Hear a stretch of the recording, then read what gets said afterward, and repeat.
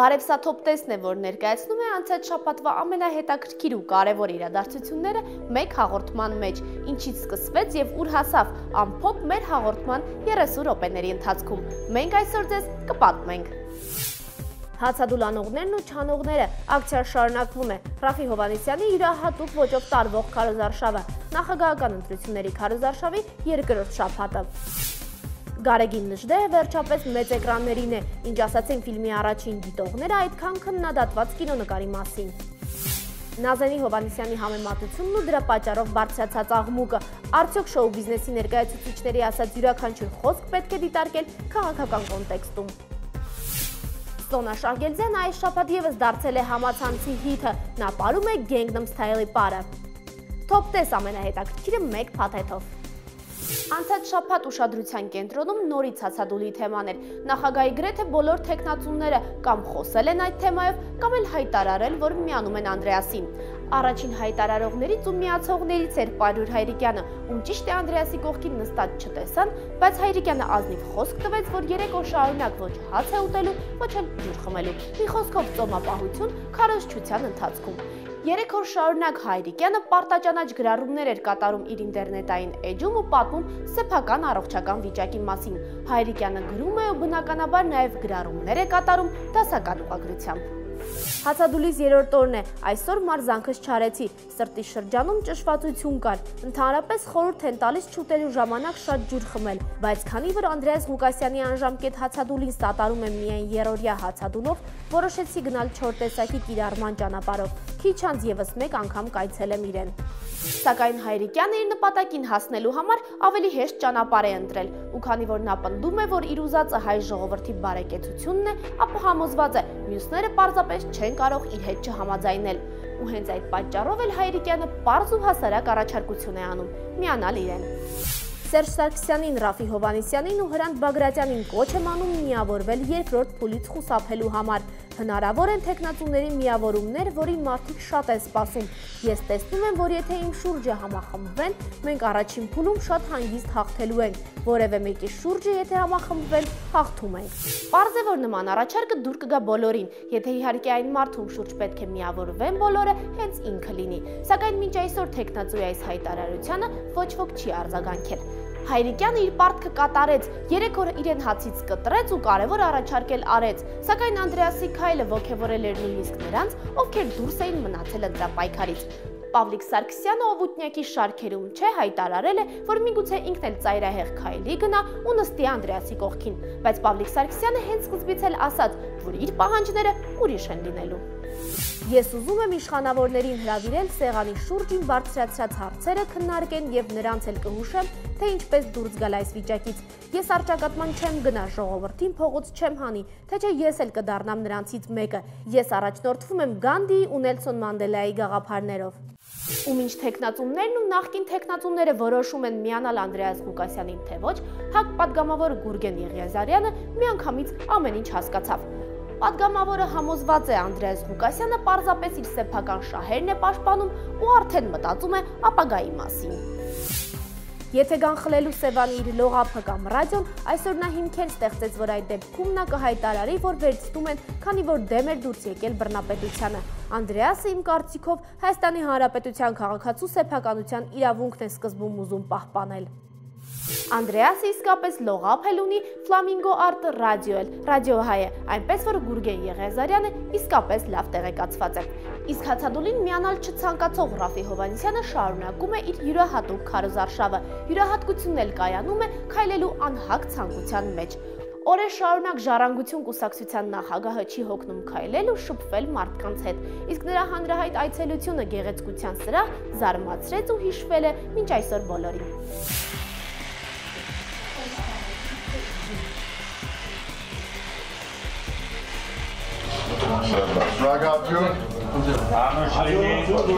Այս կադրերը վարպետ Արշակի մասնակցությամբ իսկական հիթ էին դարձել։ Շատերը Ռաֆիի քարոզարշավի այս ոճը ամերիկյան են անվանում, սակայն ինքը Ռաֆին շարունակում է պնդել, որ սա զուտ հայկական ոճ է։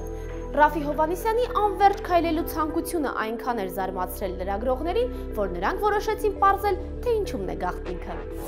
Հատուկ բաղադրատոմս չունեմ էներգիայի համար, ինձ համար սա սիրո պայքար ու ճանապարհ է, եւ ես չեմ ամաչում այդ սիրուց հայրենիքի եւ ժողովրդի հանդեպ, այդ սերն ավելի ուժեղ է, քան ցանկացած նախաճաշը։ Այս ընտրությունների ամենամարդամոտ թեկնածուի հետ զրուցել է Ալեն Սիմոնյանը։ Վերջի վերջո քարոզարշավի նոր մեթոդներ են սրանք, թե պարզապես շփվելու անհագ ցանկություն։ Մենք կիմանանք հենց հիմա։ Բարև ձեզ։ Այսօր մեր հյուրն է Ժառանգության կուսակցության ղեկավար նախագահի թեկնածու Ռաֆի Հովհաննիսյանը։ Բարև ձեզ, պարոն Հովհաննիսյան։ Բարի երեկո, ոտքս բարով ձեզ մոտ։ Շնորհակալություն, որ ընդունեցիք մեր հրավերը։ Ուզում եմ միանգամից անցնել քարոզարշավին, որը դուք շատ յուրահատուկ ձևով եք սկսել։ Ինչու Տիկին Հովհաննիսյանը չի մասնակցում քարոզարշավին, նա շատ համակրելի եւ ընկալելի մի անձնավորություն է։ Ինքը մեր ընտանիքի իրական արժեքն է, իրական գործիչը եւ հասարակական օրինակը եւ շատ հպարտ եմ Արմենուհու նաեւ հետաքրքրով ծառայությամբ։ Իրեն կտեսնեք արդեն գովազների ընթացքում տեսնում եք Արմենուհու խոսքը, ինքը ամեն օր ինձ հետ գիսվում է, խորհուրդ է տալիս, նկատողություն անում, քննադատում է եւ ընդհանրապես գիսում է ամեն մի քայլ ինձ հետ եւ վստահ եմ, որ ապակայն իրեն կտեսնեք։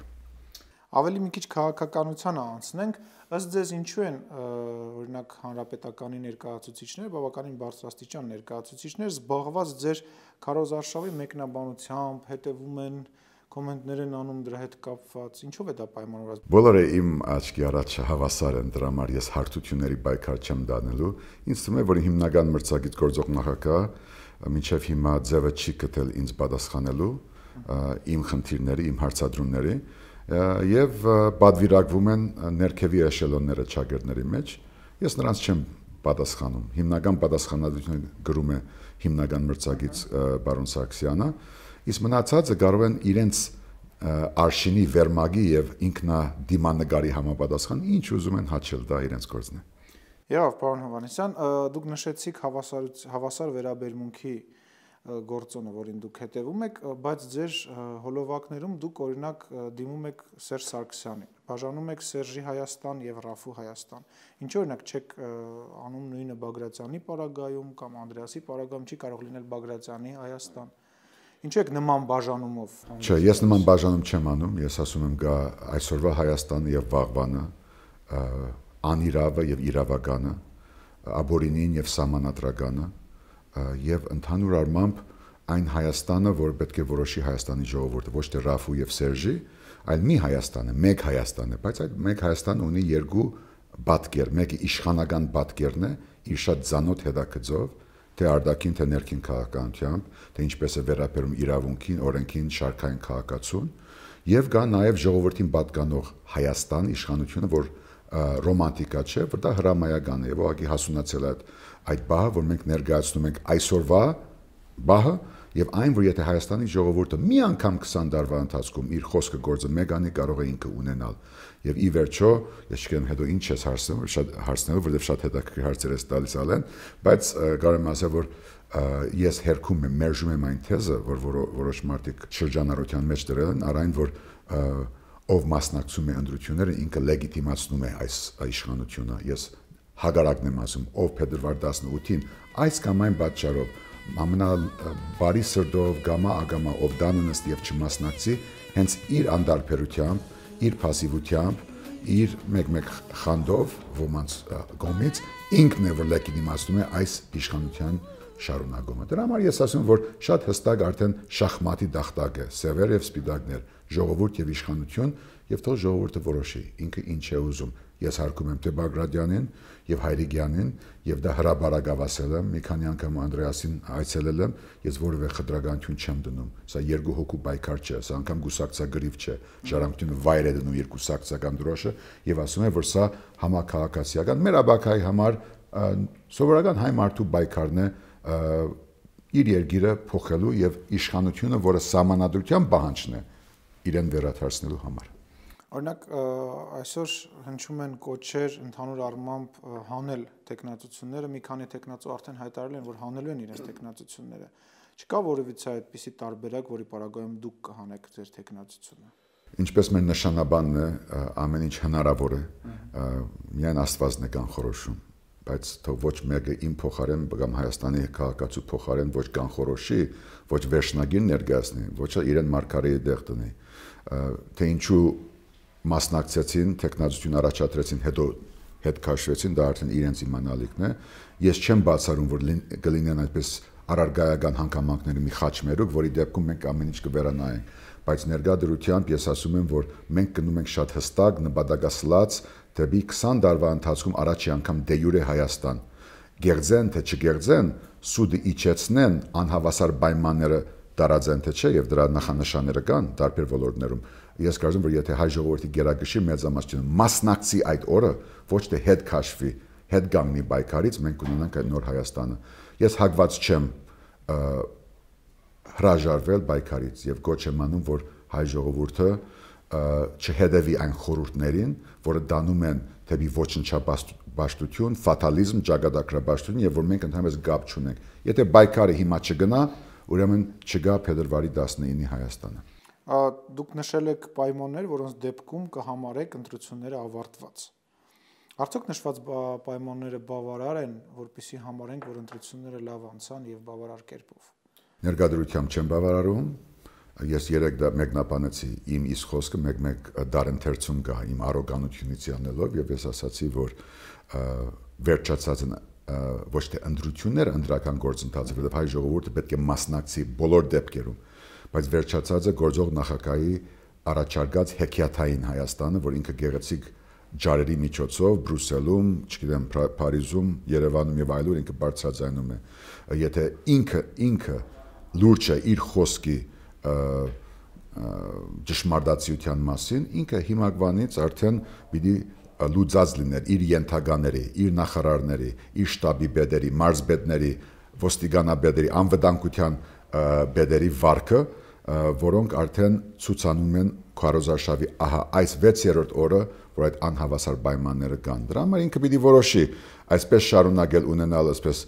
հայկական ուղղահայացի առավելություն, թե իսկապես դղամարդու նման ասել, որ այո, մենք ունենալու ենք սահմանադրական ընտրություններ եւ ես թույլ չեմ տալու, որ հանրապետականի կամ որևէ այլ գուսակցության շարֆը պետական համալսարանում բաժանեն, ես թույլ չեմ տալ, որ քաղաքապետարանում ուսուցիչներին հավաքեն, հավաքակրեն, թեկուզ մի հատ նամյոկով ինչ որ ագնարգով ուղղություն դա, թույլ չեմ տալու եւ պատասխանատվությունը հրավիրելու այդ հրամանատարին, ով իր զինվորին այս կամ այն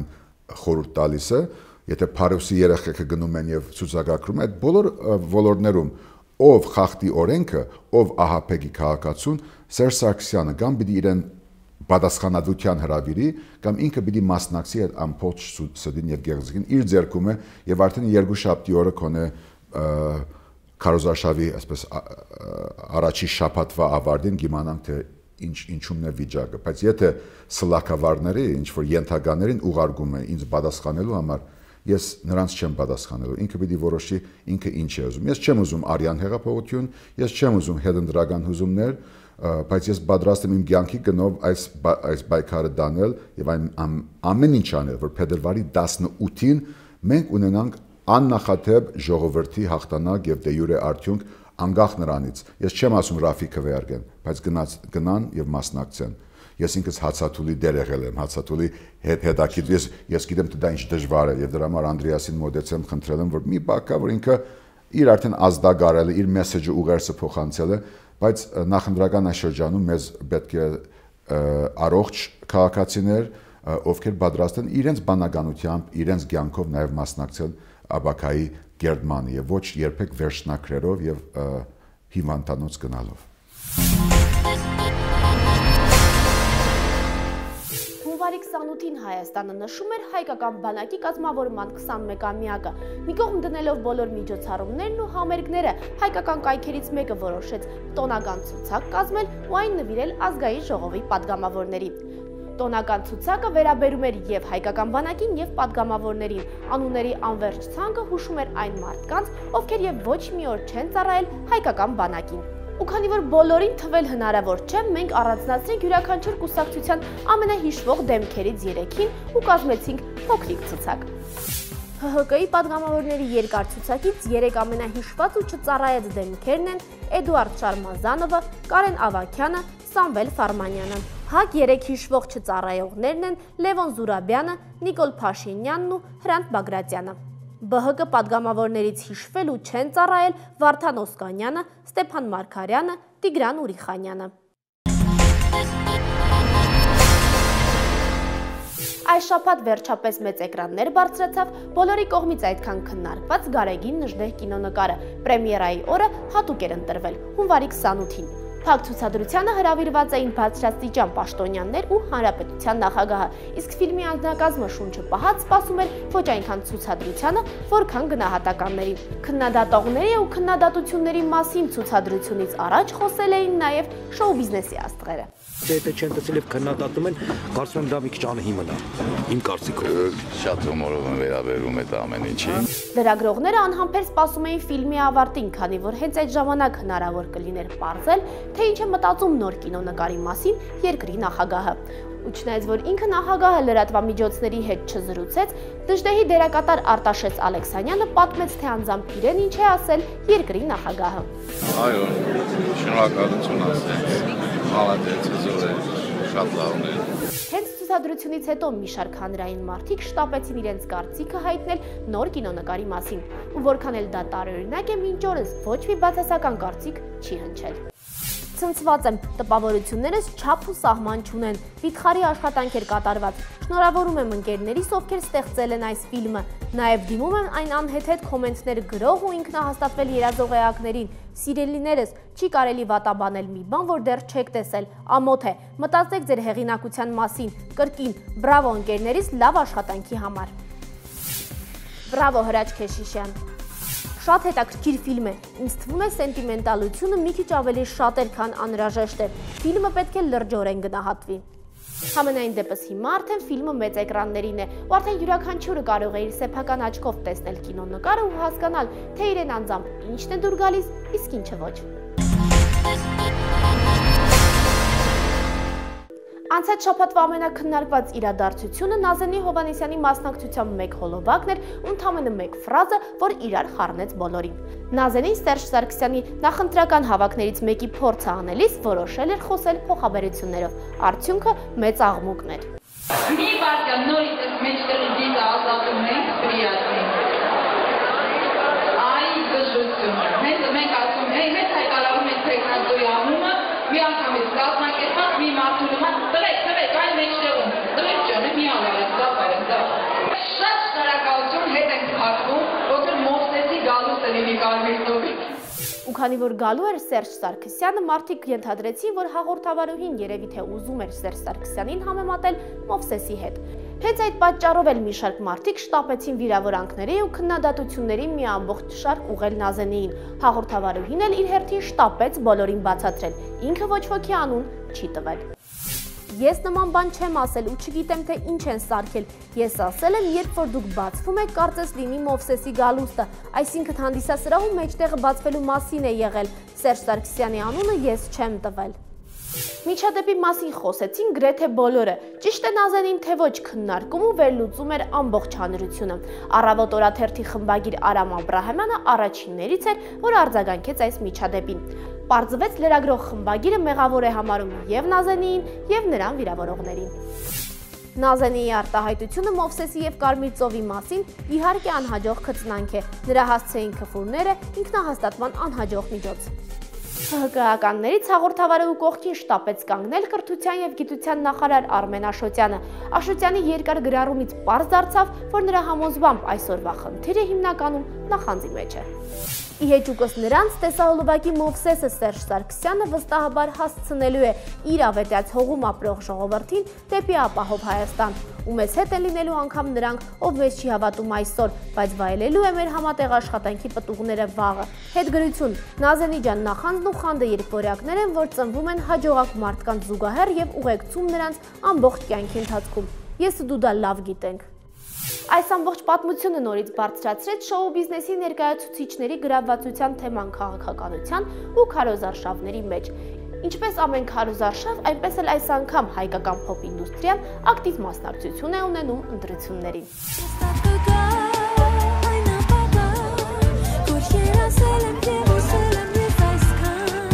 Ամեն հայի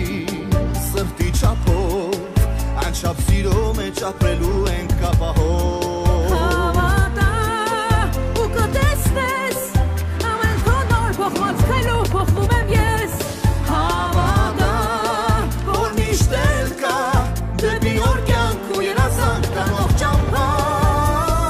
Մենք միասին դեպի երազանքի երկիր քայլ առ քայլ քեզ հետ պիտի գնանք Հայաստան Այն, որ յուրաքանչյուր երգիչ իրավունք ունի սատարել կամ էլ պարզապես ելույթ ունենալ այս կամ այն տեխնացուի կողքին, դա փաստ է, բայց միևնույն ժամանակ իրենք երգիչները պնդում են, որ պետք չէ իրենց յուրաքանչյուր խոսք դիտարկել քաղաքական կոնտեքստում։ Արսեն Սաֆարյանը ու Մհերը խոսելով այս թեմայի մասին երկուսով էլ նշել են, որ իրենք համերգների են մասնակցում, ոչ քարոզարշավների։ Ես խտրականություն չեմ դնում ոչ մի ուժի միջև, եթե երգիչը բարձրաձայն չի հայտնում իր քաղաքական պատկանելության մասին, ուրեմն այդ համերգներին վերաբերում է որպես ուղղակի համերգի, որտեղ բազմություն է հավաքված։ Ես երգում եմ իմ ազգի համար եւ ոչ մի կուսակցության չեմ պատկանում, եթե իմ ֆինանսական պահանջները բավարարվեն, առանց խտրականության կգնամ ցանկացած կուսակցության կազմակերպած համերգի։ Ի վերջո ես երգիչ եմ եւ դա իմ աշխատանքն է։ Սոնա Աբրահամյանը որոշեց զրուցել Empire-ի խմբի մենակատար Սարգիս Մանուկյանի հետ ու հենց շոու բիզնեսի ներկայացուցիչից պարզել, պետք է արդյոք խառնել քաղաքականությունը արվեստին, թե ոչ։ Նախընտրական մրցավազքում ակտիվ են ոչ միայն քաղաքական դեմքերը, քաղաքականության մեծ ալիքը փոքրիկ շոու բիզնեսն էլ է իր ջրերը գցել։ Այս թեմայով այսօր զրուցում ենք Empire Rock խմբի մենակատար Սարգիս Մանուկյանի հետ։ Բարև ձեզ Սարգիս, շնորհակալ եմ, որ եկաք մեզ հյուրդ։ Շատ է շահարկվում մի այսպիսի արտահայտություն, որ արվեստագետը չպետք է խառնվի քաղաքականությանը, որովհետև առաջին հերթին արվեստագետ է, հետո նոր քաղաքացի։ Դուք ինքներդ ինչպես եք վերլուծում այդ արտահայտությունը եւ դուք ինքներդ որպես երաժիշտ դեմ եք արդյոք նրան, որ երաժիշտները, երգիչները, երգչուհիները խառնվեն քաղաքականությանը։ Իմ կարծիքով այդ սուտ դեմագոգիա, որը սրսկում են տասնամյակներ մեր մեջ, այսինքն երրորդ կարգի երկրների հասարակությունների մեջ, ես միշտ մտածում եմ, որ մարդը միջև մասնագիտություն ունենալ է ինքը մարդ է։ Այդ այսն տարբերակը չի, որ ասում եմ եւս մի հայ ծնվեց։ Հայ չի ծնվում, մարդ է ծնվում, հետո ազգությունը որոշվում։ Կարող է մարդ ծնվի, կարող է հայ ծնվի, բայց մարդ չլինի։ Այդ արդեն եկտխուր բան եմ ասում։ Հիմա ես մտածում եմ, որ այդ որ ասում են երաժիշտը կամ արվեստագետը, իմ կարծիքով արվեստագետն ու երաժշտությունով, լավ, լուրջ երաժշտությունով զբաղվող մարդիկ ինչ-որ փոքր ինտելեկտուալ կառուցվածք իրենց ուղեղը պետք է ունենա, ոչ թե դեկորացիա լինի։ Իսկ եթե մարդը ունի փոքր գիտակցություն, հասկացողություն, Մանավանդ մեր ժամանակաշրջանում, երբ որ դու ուզես թե չուզես քաղաքական բոլոր process-ները դու ինչքան ես ուզենաս Եվրոպայից։ Ուղիղ ազդեցություն ունեն քո կյանքի որակի վրա, այսինքն քո ապագայի, քո ընկերների, քո ընտանիքի, քո հարազատների կենսակերպի վրա, ու եթե դու մի փոքր գիտակցություն ունես, չես կարող անտարբեր լինել, որովհետև եթե դու անտարբեր ես, ուրեմն դու կարող ես թողես քո այդ ամեն ինչ անեն։ Չեմ մտածում, որ եթե երաժիշտին չի կարելի քաղաքականությունով, երաժիշտը չզբաղվել պոլիտիկայով, չէ՞, այդպես բաներ կա, ինչ խարատն ու պատշաճը պետք է զբաղվեն քաղաքականությունով։ Եթե մենք բռնենք ոլորտների բաժանենք, ասենք երաժիշտը պետք է չմասնակցի, արվեստագետները, բժիշկներն ու դասատուները պետք է մասնակցեն, ընտրությունից ընտրություն պետք է ներգրավված լինեն տարբեր տեսակի տեխնոլոգիաների մեջ։ Ոչ եմ ուզում արամասնեմ ինչի մասն եմ խոսում։ Կապ չունի, մարդը եթե ունի մտածելու հատկություն, ուրեմն ինքը ոչ թե զբաղվում է քաղաքականությունով, այլ հետաքրքրվում է քաղաքականությունով ու եթե պետք է մասնակցում այն process-ների, որոնք ձևավորելու են քաղաքական օրակարգը մեր երկրում։ Երևույթ ունի նաև մեկ այլ կողմ, որ ճանաչված մարդիկ, օրինակ, տեսականորեն վերցնենք, եթե ես ճանաչված եմ եւ եթե ես կանգնում եմ ընտրությունների նախաշեմին որևէ քաղաքական ուժի կողքին, ապա ես քաջ գիտակցում եմ, որ ուզած թե չուզած այն մարդիկ, ովքեր ինձ երկրպագում են կամ հավանում են որպես արվեստագետ, նրանք էլ մեխանիկորեն կանգնում են քաղաքական այդ ուժի կողքին։ Այդ վտանգը այնուամենայնիվ կա նրա մեջ, որ խոսքդ կտրեցի կներես, ես որպես քաղաքացի եմ կանգնում ինչ-որ քաղաքական ուժի կողքին, ոչ թե որպես երաժիշտ։ Այսինքն եթե ես խնդիր չունեմ իմ կողմնակիցներին քաշելու այդ քաղաքական process-ի մեջ, ուրեմն ես ազնիվ եմ, բայց եթե դու գնում ես այդտեղ, որտեղ քեզ ասել են արի մեր կողքը կանգնի մի 1000 հոգի քո կողմնակիցներից կբերես, դա արդեն ազնիվ խաղ չի։ Ես հիմա գիտեք ինչ եմ մտածում, առանց որևէ մեկին վիրավորելու, ես սրանից մի 3-4 տարի առաջ, եթե նույնիսկ բեղարացում կար, գոնե այդ ժամանակ կար հետաքրքրություն ու այսինքն խաղաքարտերը բաց էր, բոլորի դիմակները բացվել էին, ասում էին, չէ, 2008-ի նախագահական ընտրություններից հետո նես տպավորություն էր, որ էպիդեմիոլոգներ են աշխատել քաղաքական դաշտում, սանիտարներ ու բացվեց բոլորի իրական դեմքը։ Այդ ժամանակ շատ պարզ էր, թե իշխանական դաշտի լոգիկան գործնական, թե ընդդիմադի դաշտի։ 10-11 թվից սկսած կարծում եմ սկսեց այդ ցեխի վերածվել, շաղախվել այդ ամեն ինչը ու գնացին կուլիսյան արդեն process-ներ, որտեղ հասարակությունը ոչ մի դեր չէր խաղում այդ ամեն ինչի մեջ կամ հասարակությանը կուտ էին տալի կամ խափում էին։ Կարծում եմ մենք հիմա մեր քաղաքական դաշտը ուղիղ համեմատական նմանություն ունի մեր օրինակ տնտեսական դաշտի հետ, որտեղ գործում են ոչ միայն այն բոլոր գրված ու չգրված օրենքները, որը ամբողջ աշխարհում է, գործում է զորբայության առևտրի առնել ծախելու, ծախվելու ու այդ process-ները, դրա համար ոչ մի քաղաքական process ես հիմա չեմ տեսնում ու ճիշտն ասած ընդհանրապես չեմ հետաքրքրվում, չեմ էլ հետևում Միկվա Քարոզարշավին, որտեվ շատ ամեն ինչ շատ կանխատեսելի է ու եթե ուզում եք իմանալ, ես մի քիչ էլ ավելի շատ ուրախ եմ հիմա, որ ամեն ինչ ավելի կանխատեսելի է, որտեվ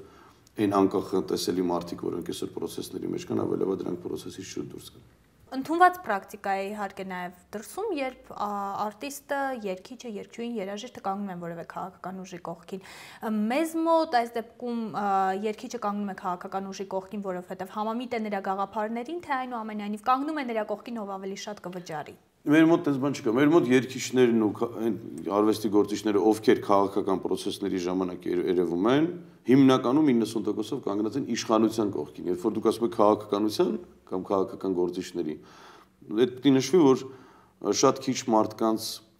դուխն է հերիքում, որ մի պահ մտածեն, որ այս իշխանությունը բաբո չի իսկապես։ Էլ նույնիսկ երկրի մարդիկ են իրանց չեն ուտելու դրա համար ու նույնիսկ եթե իրանք ունեն ընդդիմադիր հայացքներ վախենալու չի օրինակ այդ ամեն ինչը հայտնեն, բայց իրանց մեջ գենետիկորեն վախը նստած է ու իրանք մտածում են, որ չի կարելի։ Օթերներս կփակեն, տենց հին բարկա չէ։ Դուք եզակի մարդկանցից եք, ով համաձայնում են խոսել քաղաքականության թեմայով։ Մարդիկ, ովքեր նույնիսկ մասնակցում են նախընտրական այս մրցավազքին, լինելով երգիչ, երգչուհի, երբ զանգահարում ես ու հրավիրում ես հարցազրույցի, սովորաբար խուսափում են խոսել քաղաքականության թեմայով։ Որպես մարդ, ով կողքից է նաև այդ ամեն ինչին եմ, լինելով նաև այդ ասպարեզում։ Ես իրենց մեջ շատ ընկերներ ունեմ, որոնց շատ սիրում եմ, կապ չունի, որ ով ինչ երաժշտական ուղղության մեջ է, մենք այդ էքստրեմիզմը չկա։ Ճիշտն ասած ես իրանց այդ հարցը ոչ մի անգամ չեմ տվել, բայց չեմ էլ ուզենա հիմա գնահատական տալ, որտեղ կարող է ինչ-որ մեկը ես ուզեմ թե չուզեմ վիրավորվի դրանից, բայց կարծում եմ մի քիչ վախը շատ է։ Այսինքն նույնիսկ եթե իրենք մասնակցում են իշխանական քաղաքական թիմի process-ին, պետք է ավելի մի քիչ դուխով լինեն, եթե մասնակցում ես, պետք է դուրս գաս ասես, որ լավ եմ անում մասնակցում եմ, վաղը օթերը հաստատ չեմ փակի դրա համար, էլի։ Բայց նույնիսկ իշխանության Քարոզարշավի մասնակցելուց էլի իրենք ասես մի տեսակ հայկական սլենգով ասած հուշտեղած են մնում տենց էլի, չգիտեմ ինչի։ Ամեն դեպքում եթե հիմա ունենաք առաջարկ քաղաքական որևէ ուժի կողքին կանգնելու եւ բավական շահավետ առաջարկ նաեւ լինի, կլինի մերժում, թե ամեն դեպքում դրական պատասխան։ Եթե շատ շահավետ լինի ու դրա մեջ մենակ պետք կլինի իմ երաժշտական ներկայությունը, ոչ թե որպես քաղաքացի ներկայությունը, այսինքն իրանց պետք կլինի մենակ իմ երգը կամ իմ կատարումը, ես կհամաձայնվեմ, բայց շատ շահավետ առաջարկ է պետք։ Իսկ որ եթե փորձեն ինձ որպես քաղաքացի ներգրավեն Քարոզարշավի մեջ 100% մերժումը կստանան յուրաքանչյուր քաղաքական ուժ այդ կապ չունի իմ վերաբերմունքի հետ ես ուղղակի սկզբունքայինորեն օգտագործվելու հատկություններ չունեմ։ Շատ շնորհակալ եմ զրույցի համար եւ ես եմ շնորհակալ շատ։ Հուսով եմ մոտակա ժամանակ արդեն մանրամասներ կիմանանք նաեւ սպասվող համերգից։ Այս շաբաթվա եզրափակիչ տեսահոլովակը YouTube-ի ռեկորդակիր Gangnam Style-ի հետ է կապված։ Դեռ օրեր առաջ համացանցում մի հոլովակ տարածվեց, որում մի տղա որոշել էր ցույց տալ իր կատարած ահռելի աշխատանքը։ Անհայտը չէր զլացել ու Gangnam Style-ի ամբողջ տեսահոլովակը վերածել էր անիմացիայի։ Gangnam Style 따사로운 인간적인 여자 커피 한 잔에 여유를 아는 품격 있는 여자 밤이 오면 심장이 뜨거워지는 여자 그런 반전 있는 여자 너는 선호해 낮에는 너만큼 따사로운 그런 선호해 커피 식기도 전에 원샷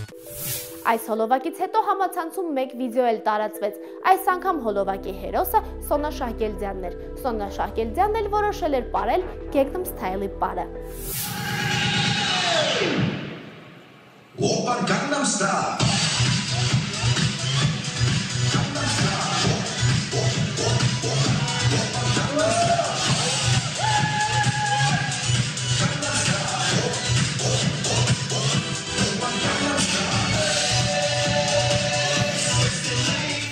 Դրանք էին այս շաբաթվա ամենակննարկված իրադարձությունները։ Սա թոփ տեսն էր, իսկ մենք կհանդիպենք մեկ շաբաթից։ Ցտեսություն։